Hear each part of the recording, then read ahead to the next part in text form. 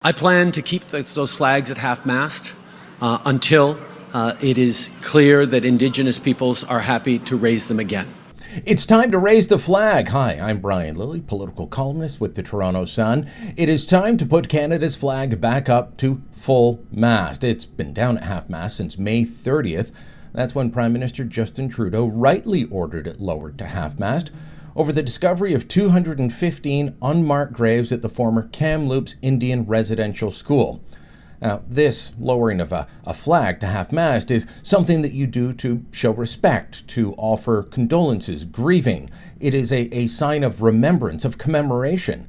But it only has its power because it's rarely done by a country. You don't lower your flag except in extreme circumstances. But here we are 5 months later, and there is no intention of the flag going back up. A Conservative leader, Erin O'Toole, says now is the time. We have shown our commemoration regarding the Indian Residential School in Kamloops. We have shown that there is much work to be done on the issue of reconciliation, but the flag needs to go up. I have talked about the flag for some time because it's probably the most important symbol of our country. And all Canadians are horrified by the reminders in Kamloops and Cowessess, and we have deep grief and a drive to reconciliation.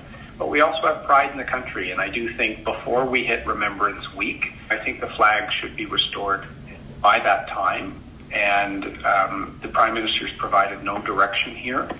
Now, O'Toole is right. We are coming close to Remembrance Day, and there is no sign from Prime Minister Justin Trudeau that he's going to put the flag back up.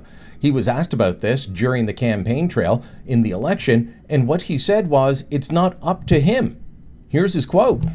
So when we decided to bring down those flags to half-mast, we made the commitment that we would not raise them again until we have worked enough with Indigenous communities and leadership to make a clear determination that it was time to raise them again and continue the hard work of reconciliation.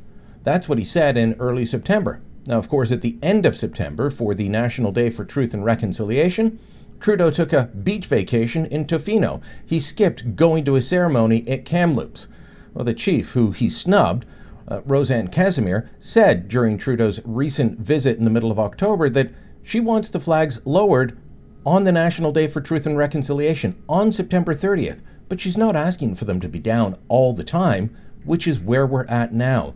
This is not what serious nations do. We've already missed out on lowering the flags for the family members of the Muslim family killed in London, Ontario. They were ordered lowered, but they were already down, so nothing was done. No one noticed.